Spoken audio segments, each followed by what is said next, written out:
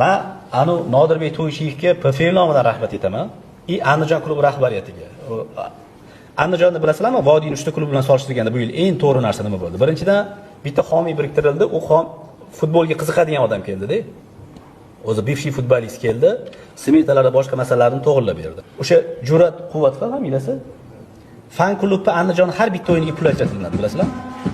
Ani osadigan narsalari, tutunlari, boshqalari, muxlis va klub o'rtasida konkretni bu yil ishlagani kim bo'ldi? Andijon bo'ldi. Andijon ishlashni boshlagandan keyin Rashid keldi. Namanganni ham, Farg'onani ham ular qo'shildi. Konkretni hokimiyatga. U o'tiribdi, tasavvur qiling. Andijon hokimi bilan Farg'ona hokimi o'tirib futbol ko'ryapti-da. Bular keldi, banaqa narsami? U anaqa bo'ladi ularga, motivatsiya bo'ladi. Neftchi yordam berishni boshladi. Navbahor yordam berishni boshladi. Ya'ni bitta komanda uyg'otdi-da. Vodiy o'sha 3 ta komanda bugungi kundagi futbolning ligasini ta'minlab berib turibdi. Qo'shilasizlar shu fikrga.